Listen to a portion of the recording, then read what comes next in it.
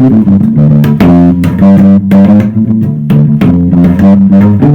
everybody, it's Martin from the Washboard Resonators. We're going to do another guitar story. This week we're going to feature this incredible historic bass guitar. This is a 1952 Fender Precision Bass, probably one of the first 250 bass guitars ever made.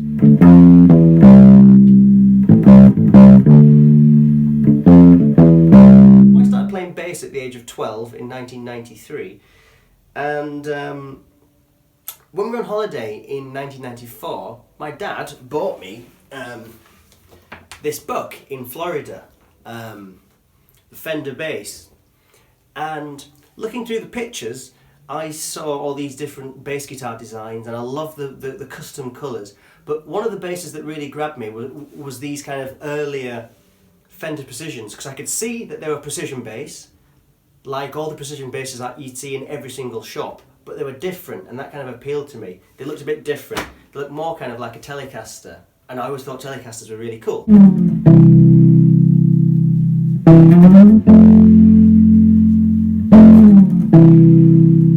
So aware of these kind of basses, I started to notice Dusty Hill playing them in ZZ Top videos, and I love ZZ Top. And I noticed Billy Cox, who I adore, playing a similar one of these behind Jimi Hendrix. And then I saw a concert in about 95, Sting playing one. And I just kind of thought they were kind of really cool looking basses. To me they stood out, the shape of them and the scratch plate and everything, they stood out as being very different. So I started playing in a band called Glass House in 1994 with some school friends. And the drummer's dad had this in his kitchen, and we used to practice there twice a week, and we'd get this book down every coffee break and just stare at the guitars and what we wanted. I always went to the page with these basses on, and funnily enough the Resonators and the 50s Strats, they were and still are really, some of the main guitars I love. This is before the internet, so I was just going off of magazines and books and hearsay. As far as I was aware, you couldn't buy these anymore. But after about 2 years of being obsessed, I picked up an old copy of Guitarists somewhere, and there was an advert for a Japanese reissue. It said 51 Fender Precision Bass reissue, and I think they were £740, which to me was the world then. But basically, I remember like nearly having a heart attack, and I was like, right, that's it. I walked into the kitchen, and there's a corner cupboard, and in there we had some like plastic, like Tupperware boxes for like putting packed lunch into school or whatever. I just took a Tupperware box, took it upstairs to my bedroom, put it on my bedroom shelf, emptied out my pockets, and then any pocket money I did Saturday morning jobs, cleaning cars, anything I got. I did babysitting, I get given like birthday money, it all went in that box. And I got to the point after maybe a year where I had £500 saved up. So if you're a guitar geek like me, you'll probably have similar stories about that kind of obsession over certain guitars or the need to buy. Tell us your story below, pop a comment, and that'd be fantastic. So time went on, I had about £500 in my plastic box, and then one day I picked up Bassist magazine, and in the used section in the back there was a second-hand Japanese made 51 Precision reissue for sale for £420 second-hand. So I had a heart attack, because I had some money left over if I could buy it. So I told my dad, and my dad said, right, you're going to ring them up and you're going to do it. And I was the most scared person at like making phone calls or leaving the house then, a very, very nervous person. But he said, you want to haggle the guy down? I said, no, it's fine, it's a bargain. He said, no, you're going to haggle some money off, because my dad's a Yorkshireman, and if you don't know about that, it's like, that means that they're very tight with money.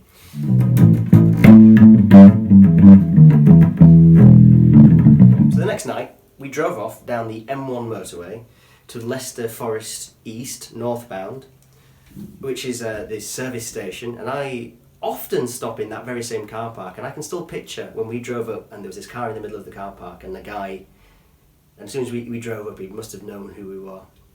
He got out the car with a case. I can still picture him there, and I've drive right where we did the deal often, and that was probably 20 years ago now. So I got back to Huddersfield with my Japanese reissue, took it to band practice, plugged it into my big bass rig, and me and my band were all just so like amazed at this instrument. Now what's interesting, I'd never played one of these, ever. This is the first time I'd ever played one.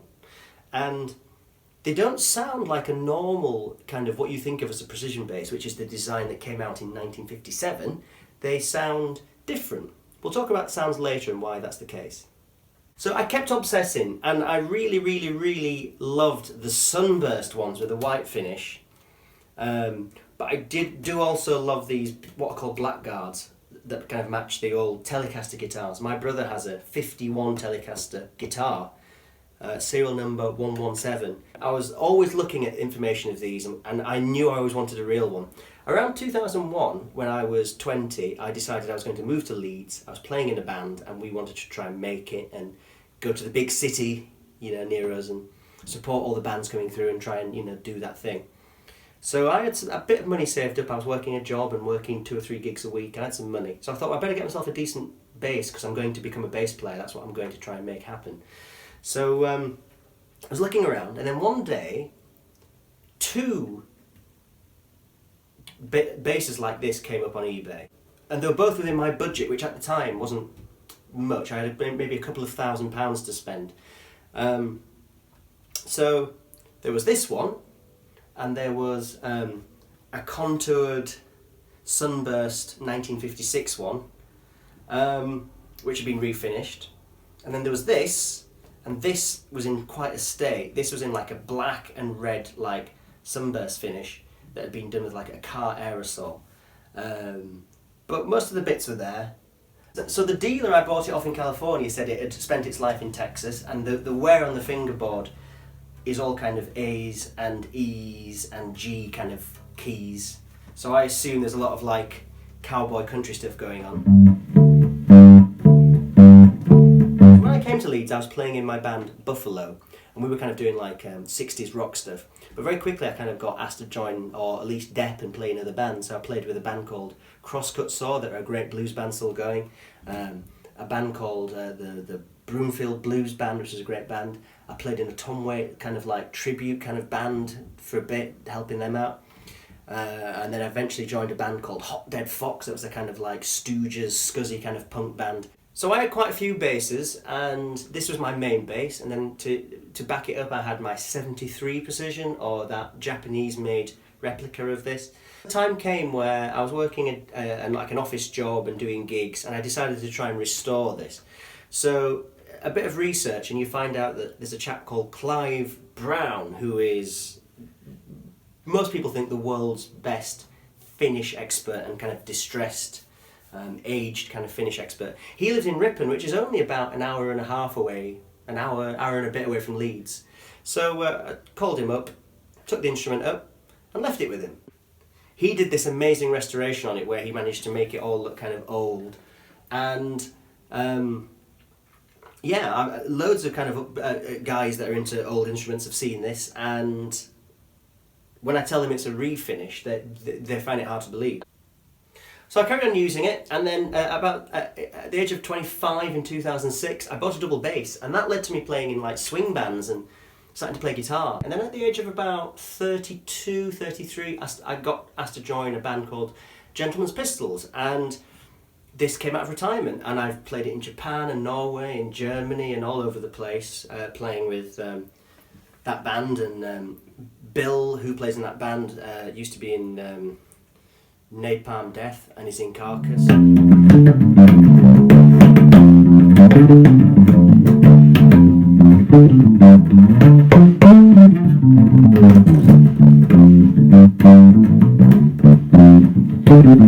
Let's look at some details. This instrument was made in 1952, and you can tell that by, if you pull the neck, in the neck pocket and on the end of the neck, there's some pencil dates and initials, and that's how they used to get their like bonuses, for how many instruments they'd made that day or parts they'd made that day. So if I remember correctly, and I've not popped this neck now for 15 or 20 years, it's the 30th of March 1952 is the pencil date on the end of the neck. The serial number of the bass is serial number 439. Now Fender didn't do sequential serial numbers like we think of them. Then they just would put the parts in like a box and pull them out as the instruments were going, and then people would bring new parts and put them on top. So actually, The serial number isn't the most accurate thing. What we can tell is that it was made in 52 by the various dates and the spec of it. According to the records, Fender made about 250 bass guitars in the first 12 months of production. They started in October 51, so this is from the first 5 or 6 months of production.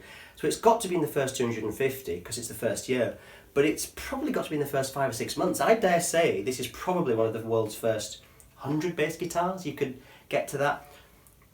There was other bass guitars made. Dobro made a bass guitar, one bass guitar, and a few other companies made bass guitars in the 30s and the 40s.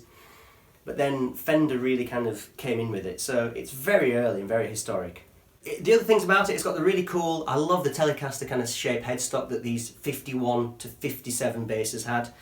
The sort of sad thing about this instrument is that there is quite a major modification, and that is that at some point somebody cut in a tummy cut, like a body chamfer like you might see in a Stratocaster.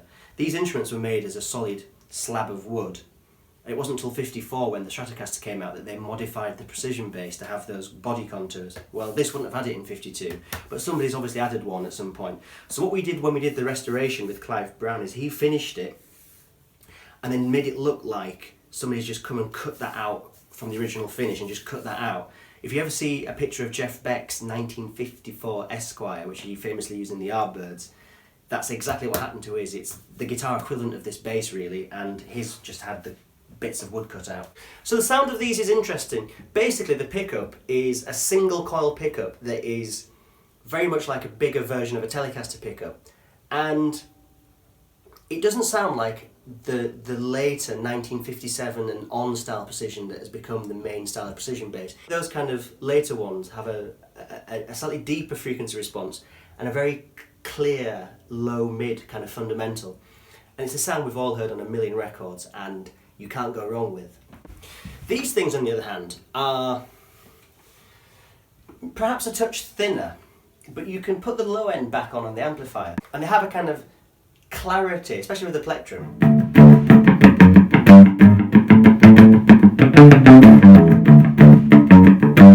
And it's a very unique sound. You listen to those ZZ Top records, and it's a really cool driving bass sound.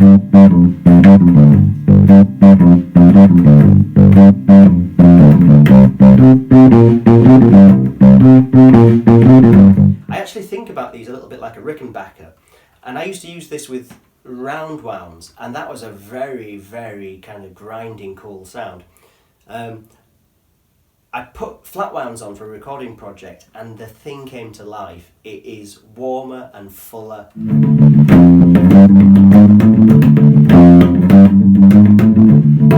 So hopefully you enjoyed that. During the COVID thing, we couldn't go out gigging like we used to do, so we just started putting videos up every week on our YouTube channel. This has been one. We just tell a story about the guitar. Hope it's been of interest. Do subscribe below, and do find us on Facebook and Instagram and Spotify and all that, and like and comment, because it really helps, and we do this professionally, so we need some help, you know. So thank you very much everybody, and goodbye.